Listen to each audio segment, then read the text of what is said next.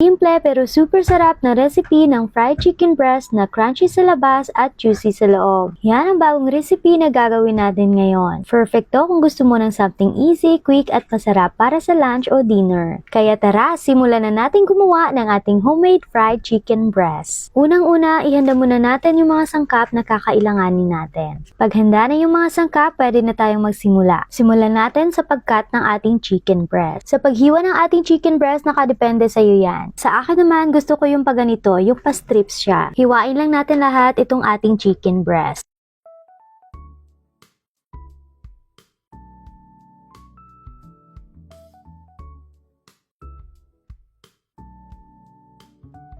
Pag nahiwa na lahat, pwede na nating simulan ang pag-marinate nitong ating chicken breast. Ilagay na natin ang garlic powder.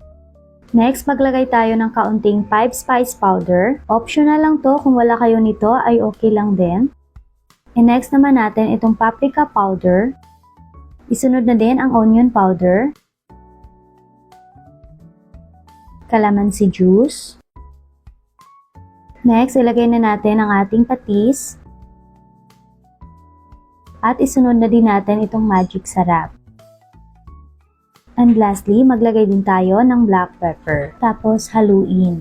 Haluin lang natin ng mabuti ang manok sa kanyang timpla para siguradong kumapit ang lasa sa bawat piraso. I-marinate lang natin to for at least 30 minutes o kaya overnight. Habang nakamarinate ang ating chicken, gumawa na din tayo ng ating breading. Kailangan lang natin ng 1 cup na harina, 1/2 cup ng cornstarch, 2 to 3 tablespoon ng breading mix, kaunting 5 spice powder. Again, ito ay optional. Next, kaunting paprika. Then, yung ground black pepper. Mix lang natin. After 30 minutes ng pag-marinate ng ating manok, pwede na natin simulan ang ating pagluluto. Kuha lang tayo ng kaunti dito sa ating ginawang breading kanina. Ito yung magsisilbing wet coating natin sa ating chicken. Lagyan lang natin ng kaunting tubig. Ito yung magpapadagdag crispy sa ating chicken. I-mix lang natin siya sa tubig hanggang maging ganito na siya.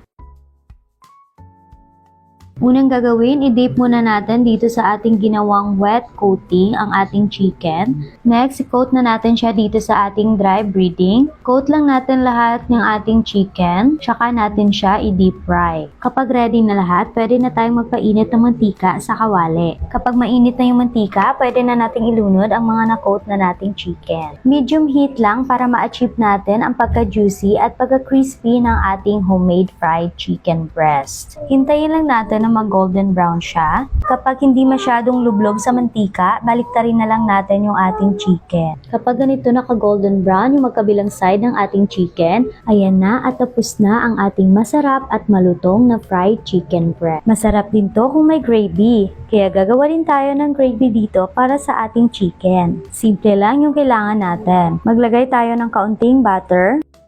Hintayin nating mag-melt ng ganito. Tapos ilagay na natin ang kaunting harina. Haluin lang natin ng kaunti.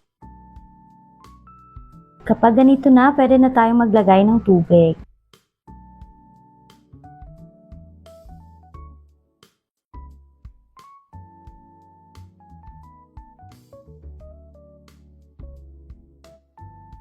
Haluin.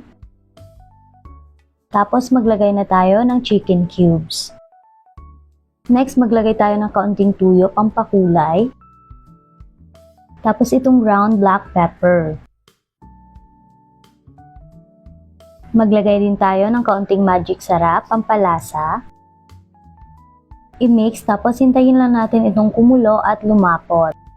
Pag ganito na siya, ay ready na ang ating gravy. Siguradong mapaparami ka talaga ng kain dito. Kung nagustuhan nyo itong recipe na to, huwag kalimutang i-like, mag-comment, i-share at mag-follow para sa mas marami pang masasarap na lutong bahay. Maraming salamat sa panunood at sa susunod na luto ulit. Kita kits, ingat!